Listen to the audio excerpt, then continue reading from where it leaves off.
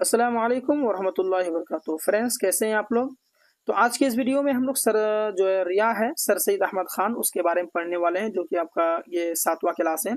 इससे पहले जो कि 1 से लेकर के जो है 6ठा क्लास तक जो कि पढ़ा चुका हूँ। ये आपका 7वां क्लास है, जो कि रिया सर सैयद अहमद खान के बारे में है। तो इस वीडियो में मैं आपको सर सैयद अहमद खान के बारे में तो पढ़ाऊंगा ही, साथ साथ में इसके जो जितने भी क्वेश्चंस बनेंगे ऑब्जेक्टिव और जो सब्जेक्टिव, हर एक चीज को मैं आपको पढ़ाऊंगा। एक एक चीज को मैं आपको समझा समझा करके आपको तैयारी कराऊंगा। आपको इस वीडियो के अलावा दूसरा वीडियो देखने की कोई जरूरत नहीं है। तो चलिए शुरू करते हैं। तो देखिए दोस्तों, सर सैयद अहमद खान की पैदाइश के बारे में पहले पढ़ लेते हैं। तो सर सैयद अहमद खान की जो पैदाइश है दोस्तों, वो दिल्ली के एक मुअज़्ज़ज़ घराने में 1817 में हुई। ठीक है। सर सैयद के वालिद का नाम मीर मुत्तकी और वालिदा का नाम अजीजुन निसा बेगम था। बचपन में वालिद का इंतकाल हो गया, इसलिए सर सैयद की तालीम और तरबियत वालिदा के जेर साया हुई। यानी समझिए कि जो सर सैयद अहमद खान है, तो उनकी पैदाइश जो है दिल्ली में हुई, और जो कि 1817 में हुई। ठीक है, दिल्ली में 1817 में हुई उनकी पैदाइश। और सर सैयद अहमद के वालिद का जो नाम था वो मीर मुत्तकी था, और उनकी वालिदा का जो नाम था वो अजीजुन निसा बेगम था। ठीक है, तो ये मेन पॉइंट आप याद रखेंगे। और बचपन में वालिद का इंतकाल हो गया। ठीक है, और तो इसीलिए जो है सर से तालीम जो है और तरबियत जो है वालिदा के जेर साया हुई। सही बात है, पिता जब इंतकाल कर गया तो जो है उनकी जो वालिदा हैं उनकी जेर साया उसकी जो है तरबियत हुई है। ठीक है। सर सैयद की बेमिसाल कामयाबी और शोहरत में उनकी वालिदा का बहुत बड़ा रोल था। यानी जो सर सैयद अहमद खान है, अपनी ज़िंदगी में जो भी बड़ा मकाम हासिल किया है, तो उनमें जो है उनके वालिदा का बहुत बड़ा हाथ था।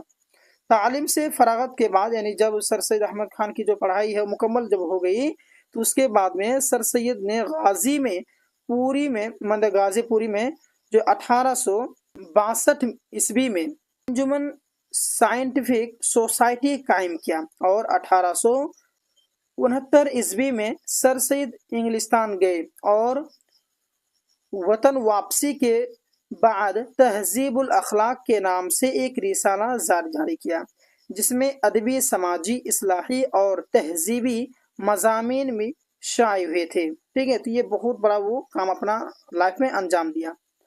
सर सैयद ने अलीगढ़ में मिदुल इस्लाम के नाम से एक स्कूल खोला, जो कि 1878 ईस्वी में तरक्की के मुहम्मदन एंग्लो और एंटल कॉलेज बन गया, और फिर अलीगढ़ मुस्लिम यूनिवर्सिटी की शक्ल में उभर कर सामने आया।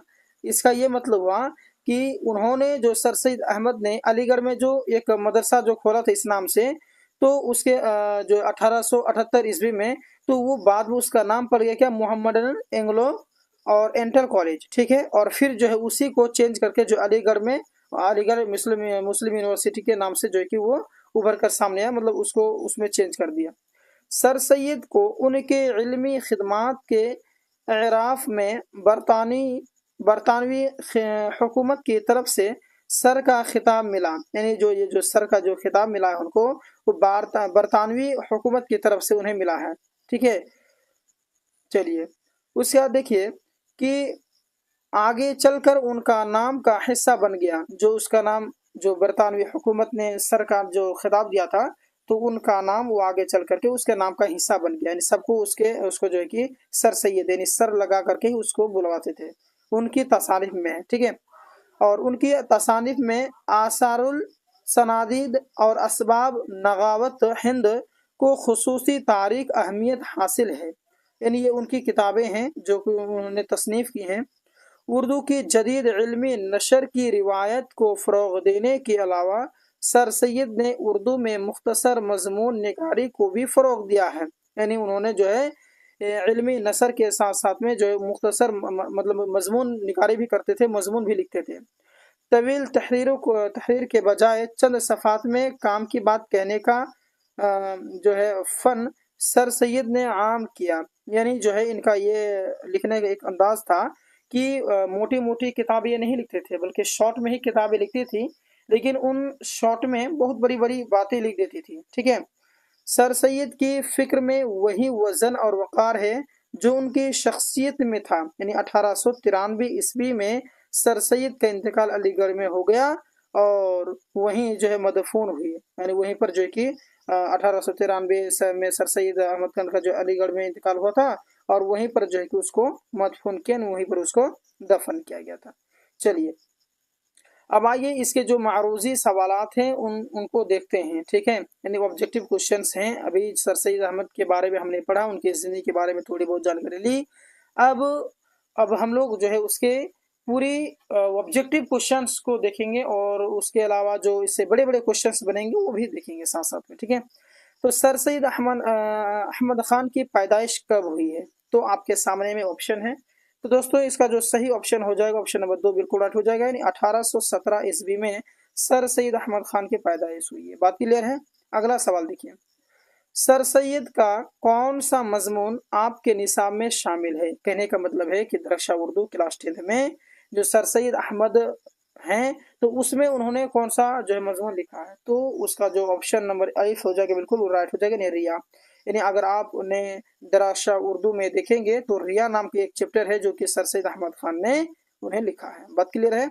चलिए सर सैयद की वालिदा का नाम क्या था, तो इसको जो है कि आगे बयान कर चुके हैं जब इसका पढ़ा रहा था मैं ऊपर में, तो आपको पता है कि इसका जो ऑप्शन नंबर जी में है वो बिल्कुल राइट होने वाला है, यानी अजीजुन निसा बेगम जो है उनकी वालिदा का नाम है।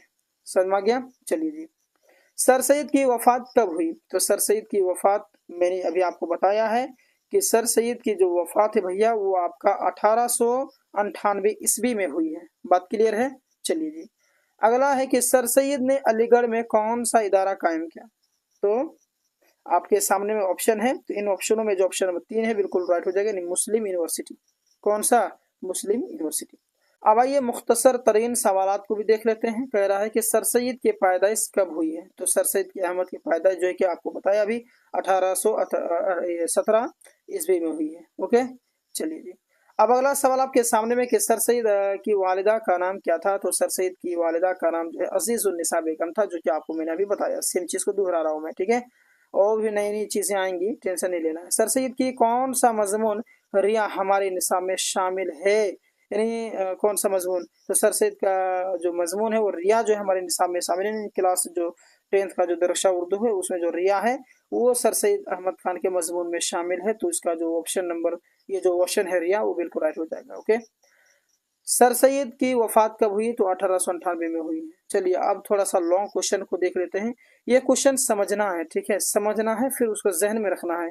इसी चीज को ऑब्जेक्टिव के तौर पे भी पूछा जाता है, ठीक है, इसलिए बार बार कह रहा हूँ कि जितने भी क्वेश्चंस मैं करा रहा हूँ वो डीपली करा रहा हूँ दोस्तों। डीपली का मतलब समझ लेना, पूरा अंदर से पढ़ा रहा हूँ मैं, तो ये सभी के सभी आपको पढ़ना है, ठीक है, तो आपको नॉलेज बनेगा। इसी को अगर ऑब्जेक्टिव के रूप में पूछ लिया तो आपको बताना है, अगर है ना, जैसे ही जिस रूप में भी आपको सवाल पूछना है उसी रूप में आपको जवाब देना है, ठीक है।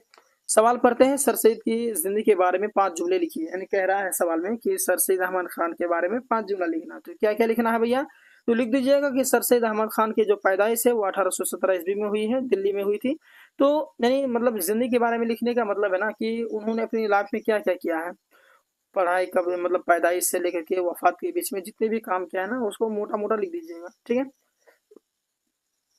जैसे कि उनके वालिद का नाम क्या था, मीर मुत्तकी था, वो बता देंगे। उसके बाद में उनकी जो वालिदा हैं अजीजुन्निसा बेगम भी हैं, बहुत शऊर खातून थी। मतलब शऊर मतलब होता है होशियार चालाक होता है, बहुत ही जी शऊर खातून थी, मतलब बहुत ही ज़्यादा मतलब होशियार थी।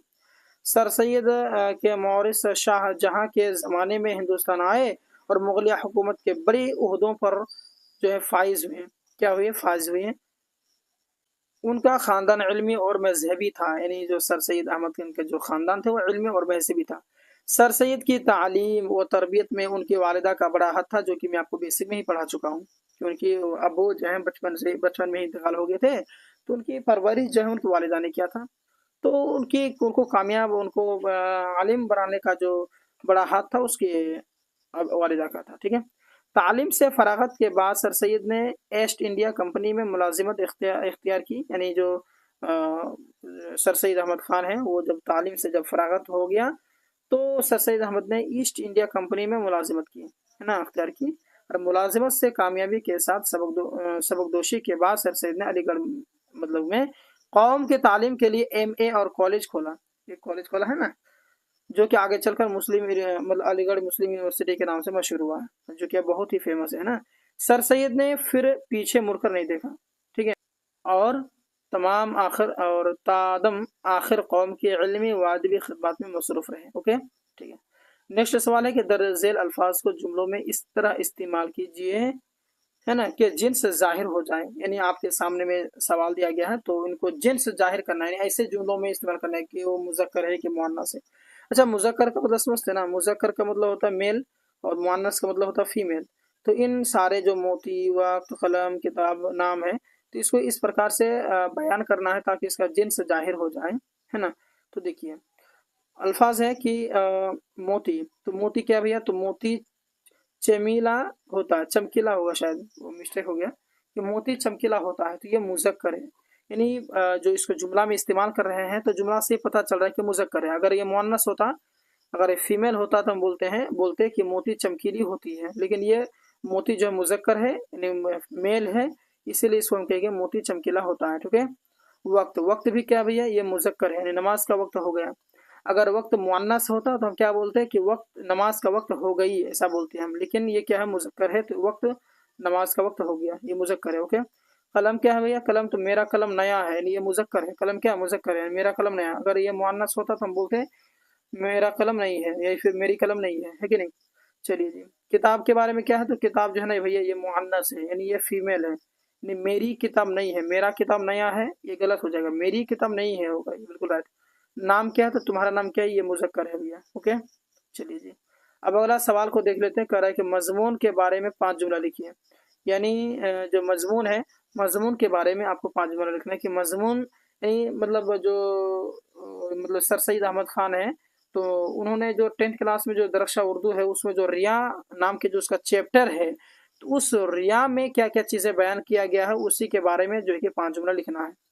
تو دیکھیے زیر نسا مضمون ریا، یعنی جو درخشہ اردو میں جو مطلب کہ جو یہ ہے ریا ہے، تو اس میں جو ہے کیا کہہ رہا ہے کہ سر سید احمد خان کا ایک اصلاحی مضمون ہے، یعنی جو ریا ہے نا وہ اصلاحی مضمون کا مطلب ہوتا ہے، اصلاحی کا مطلب ہوتا ہے سدھار مضمون ہے، ٹھیک ہے۔ اس مضمون میں سر سید نے ریا کی نحوست اور خرابیوں کو بیان کیا ہے، یعنی سر سید نے ریا کی، یعنی ریا کا جو مطلب ہوتا ہے نحوست، مطلب گندگی اور خرابی کو بیان کیا گیا ہے، کہ ریا ایک طرح کا اخلاقی عیب ہے، اخلاقی عیب ہے، ریا ایک اچھا چیز نہیں ہے، بہت ہی عیب ہے، یعنی برائی ہے اس کے اندر میں چھپا ہوا، جس کا آج کے لوگ یوں تجزیہ کرتے ہیں کہ دل میں بات کچھ اور ہوتی ہے اور ظاہراً کچھ اور کیا جاتا ہے نا، یعنی اندر میں کچھ اور رہتا ہے لیکن منہ سے بولے گا کچھ اور، ہے نا۔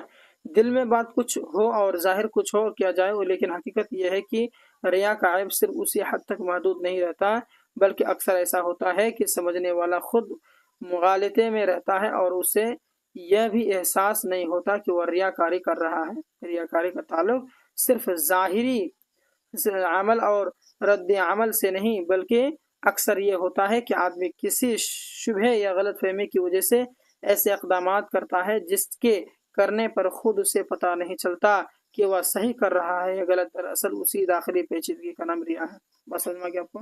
تو ریا جو ہے نا یہ چھوٹی موٹی بیماری نہیں ہے، آدمی کے اندر میں اگر گھس گیا ہے تو اس کا مطلب ہے بہت بڑا مطلب کہ یہ برائی میں پھنسا ہوا ہے، ٹھیک ہے۔ تو میں نے آپ کو سر سید احمد خان کے بارے میں جتنی بھی چیزیں تھیں سارے کے سارے بتا دیا ہے۔ اگر آپ نے شروع سے لے کر آخر تک دیکھا ہے اور آپ نے یاد کیا ہے تو آپ کو ٹینشن لینے کی کوئی ضرورت نہیں ہے سر سید احمد خان کے بارے میں۔ اگر کچھ کوشچن آتا ہے آپ چٹکیوں میں اس کو دے سکتے ہیں۔ تو ملتے ہیں نیکسٹ ویڈیو میں، دھنیہ واد۔